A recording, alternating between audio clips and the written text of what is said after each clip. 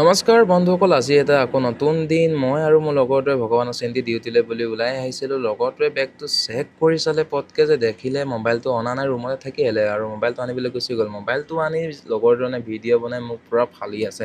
বাৰু যি কি নহওক, লগৰ হ'লেতো এইবোৰ অলপ চলপ ফলাফলি ধেমালি থাকিবই। যোৱা ৰাতি বৰষুণ আহিছিলে আৰু বৰষুণ আহি ৰাস্তাত পানী জমা হৈ গ'ল। পানী জমা হোৱাৰ বাবে আমাৰ জোতাত অলপ চলপ বোকা লাগিছে। বাৰু যি কি নহওক, সেইটো বা চফা কৰি ল'মগৈ জেগাত।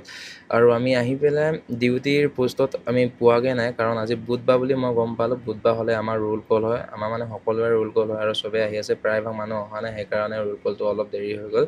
তো ৰোল কল কৰিবলৈ এতিয়া এটা দুটা মানুহ গোট খাইছে। তো ফাইনেলি পিছত আমাৰ চিকিউৰিটি যিজন ইনচাৰ্জ আছে, তেওঁ ৰোল কলত আহি ক'লে যে ৰোল কলত শিকাইছে আমাক কেনেকৈ কি কৰিব লাগে, ডিউটি কৰিব লাগে, কেনেকৈ ডাঙৰ মানুহক সন্মান কৰি কথা ক'ব লাগে। চ' সেইবোৰ শিকাই আছে। আমি সকলোৱে মিলি গোট খাই আমি শুনি আছোঁ, কাৰণ ৰোল কল হয়। তো এইটো আমি সপ্তাহত দুবাৰ কৰিবই লাগে। তো আজি প্ৰথম দিনৰ হয় আৰু ৰোল কল শেষ হোৱাৰ পিছত আমি সকলোৱে ডিউটি পোষ্টলৈ যাবলৈ ৰেডি হৈ গৈছোঁ। আজি ভিডিঅ'টোত ইমানেই আছিল। পুনৰ লগ পাম নতুন এটা ভিডিঅ'ত। ধন্যবাদ, ছাপোৰ্ট কৰিব।